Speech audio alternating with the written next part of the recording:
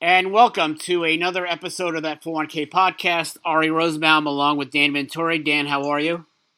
I'm doing great, Ari. How have you been? Since the day it's been less than a day since I've seen you. I've been pretty good. Kids are taking their finals in middle school, so I got to juggle a lot. And we got this podcast, and How was Cracker Barrel? Cracker Barrel. Who goes to Cracker Barrel? I didn't go to Cracker Barrel. Where'd you go? Where? Yesterday.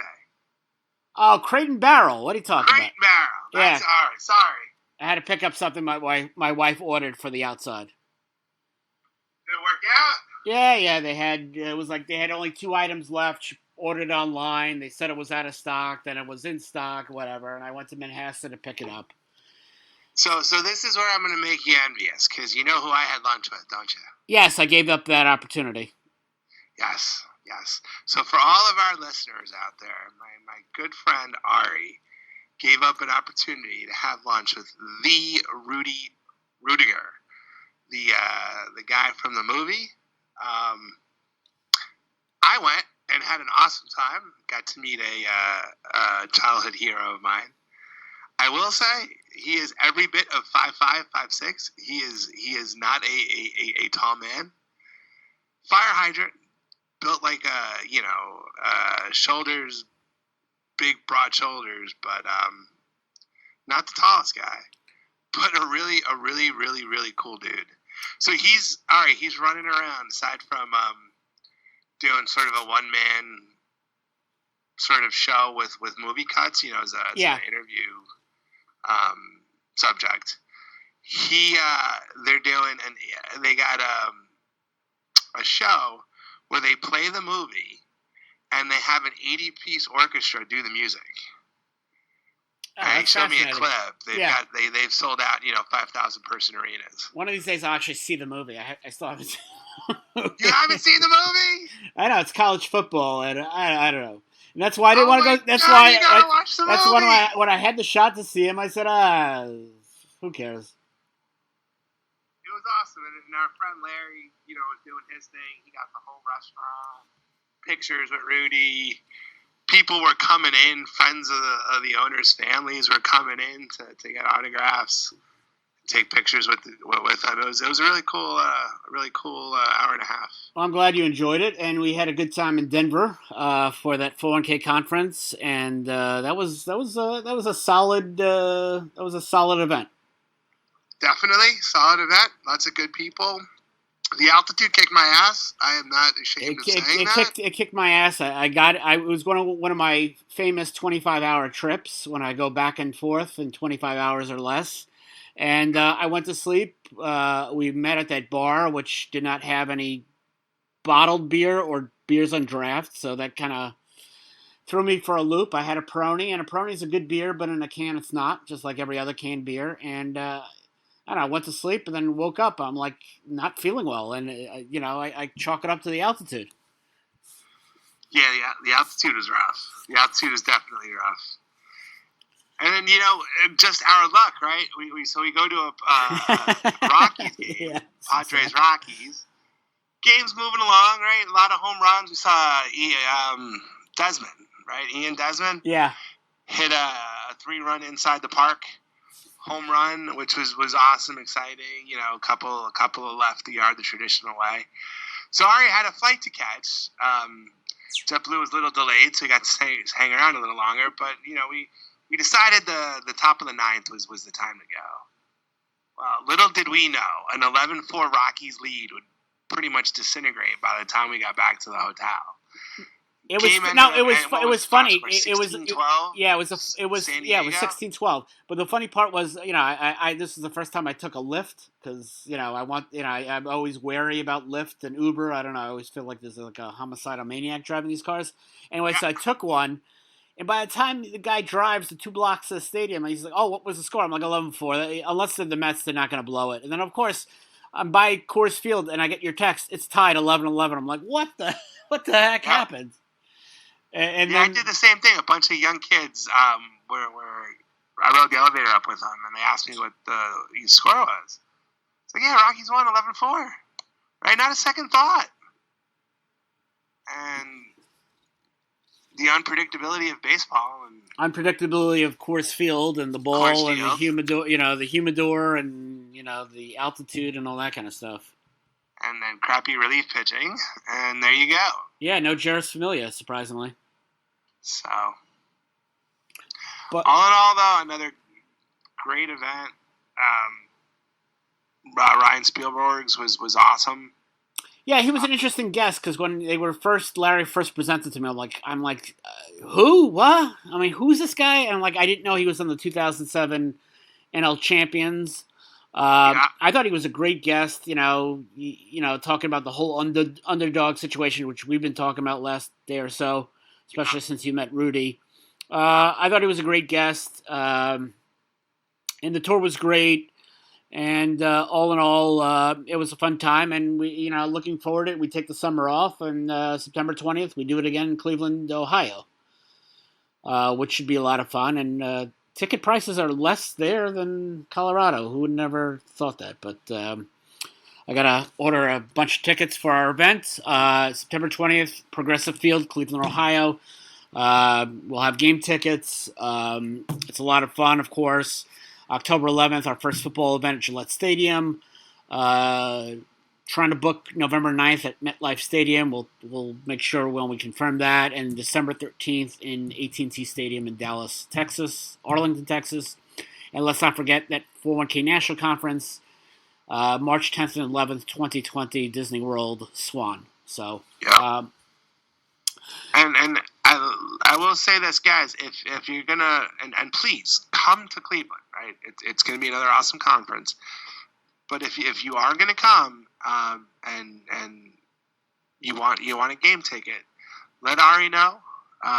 We've had some, I don't want to call them issues, but we've had certainly miscommunications where folks had said they were going to go to the game and they didn't, and logistically it's just a pain in the butt. So if you want to take full advantage of the everything that's built into the conference, please do. We love hanging out with you guys at the ballpark.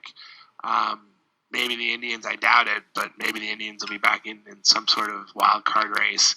So hopefully there'll be some good ball. But just please, I think I was a little too, I expected more of a crowd to show up. So next time, buy less tickets, whatever. It's no problem.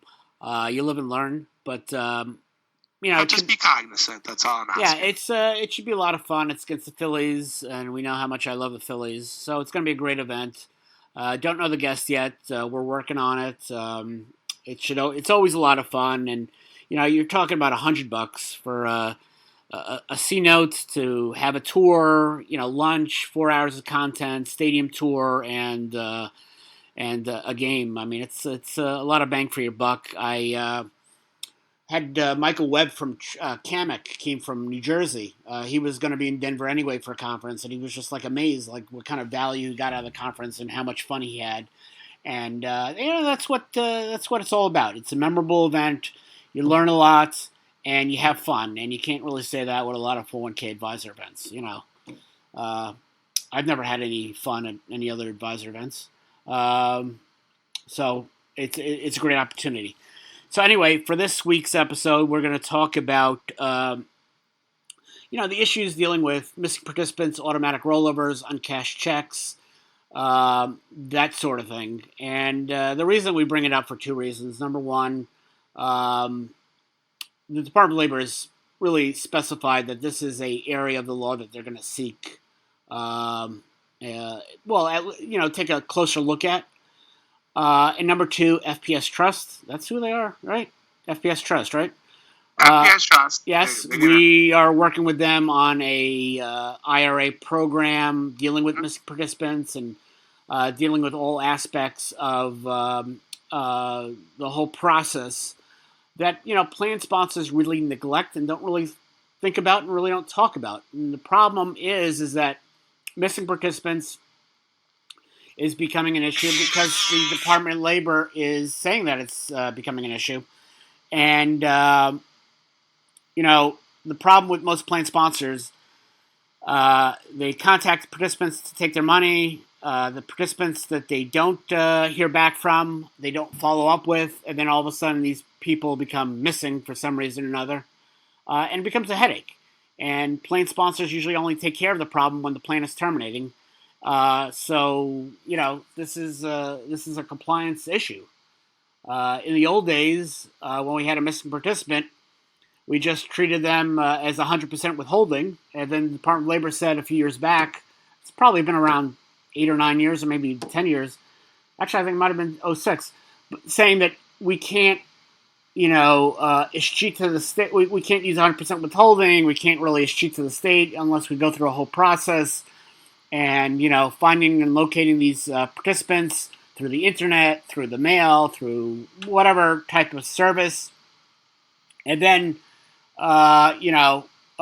dealing with them and putting in a whole program in place. And I have a terminated plan just recently where the Department of Labor did ask, what did you do with these missing participants? Where did you open up these rollover IRAs with? What are the fees involved?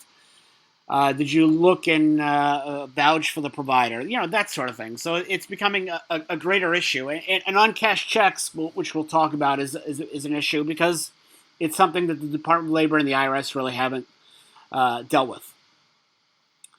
So, Dan, automatic rollovers. Yeah. 2005, we brought them in. If they're, under the involuntary cash out limit, depending on the plan, you can roll these people out instead of just paying them in cash. Yeah, the under 5,000 you're speaking to. Right. It's under 5 or under 1, depending on how the plan document says. Mm-hmm. So automatic rollovers are obviously a big business. A lot of, a handful of providers. Depending on your TPA, depending on the custodian, there may be a preferred provider. But not all providers are created equally when it comes to automatic rollovers. A lot of them just put money in cash. They take $25 out of it, and the former participant doesn't really get any benefit. They don't even generate enough income to pay that $25 fee. Yep. And starts eating away at principal. Well, exactly. It just sits there. I haven't, back in the days when I was a teenager and I could get an IRA, or not an IRA, a CD product paying me 8%. Those days are long gone. I used to get for a year CD, I used to get 8%. Not anymore. Oh, you haven't been able to do that in 20 years. So, one of the biggest problems is that plan sponsors don't really do anything with former participants. Once they contacted them, the former participant says bye-bye, and we never hear back from them. And really, the Department of Labor wants plan sponsors to follow up, annually with the former participants if they're above the cash out limit, and say, you know what, you got this money here, maybe consider rolling it out. Dealing with plans, I'd rather not deal with the plan assets of former participants. I think they're a bigger headache than they're worth.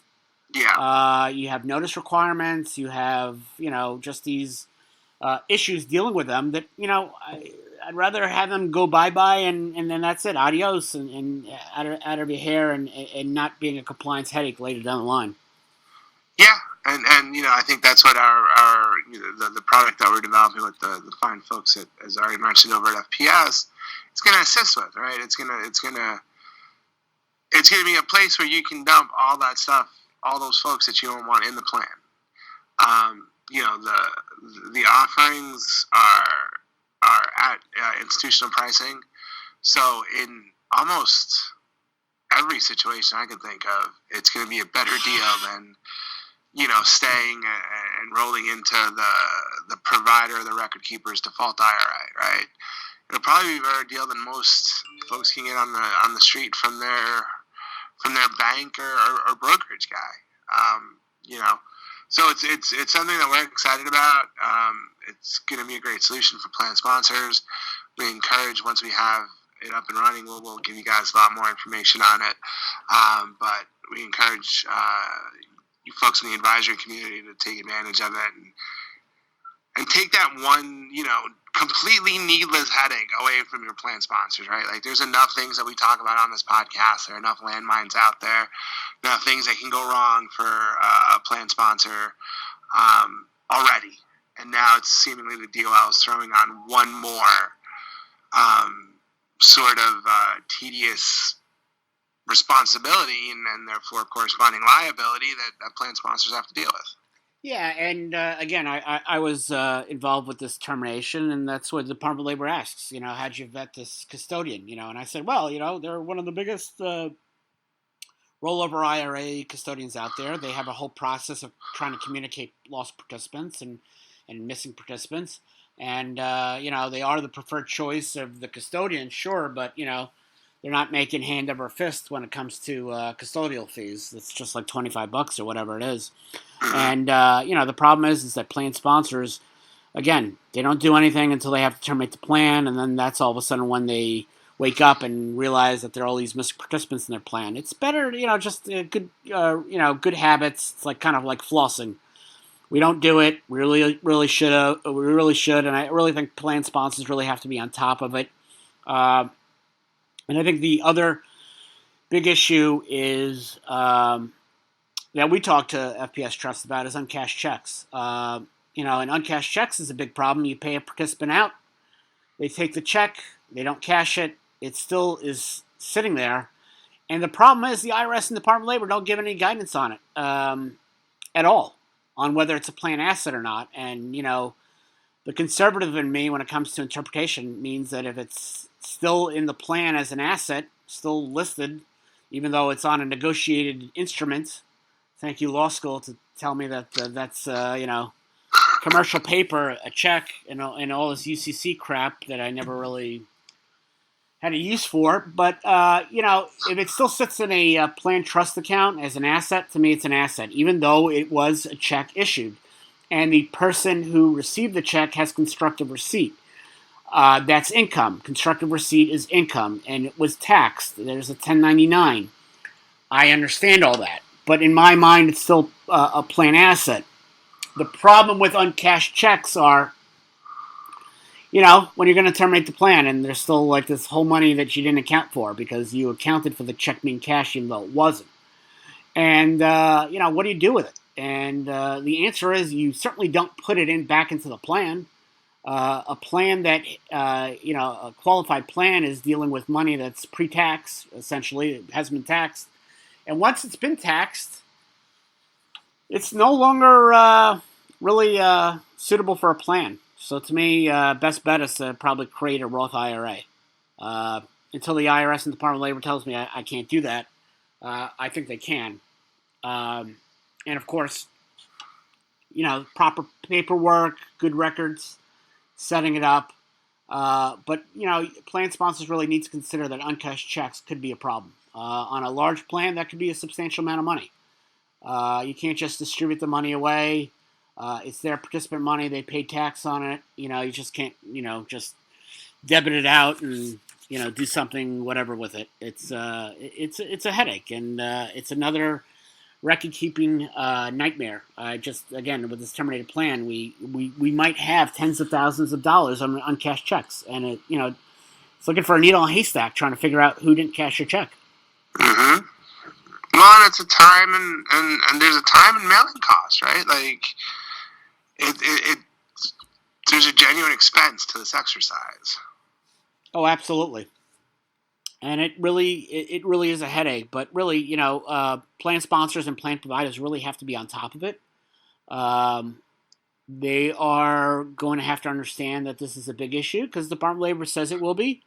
And over time, having experienced the changes in the business and how that's reflected in the Department of Labor audit, you will get more and more questions on the Department of Labor audit about missing participants and what kind of process you have in place and are you following the process. So sitting back and letting the world roll around you, that's really not the way it can be anymore.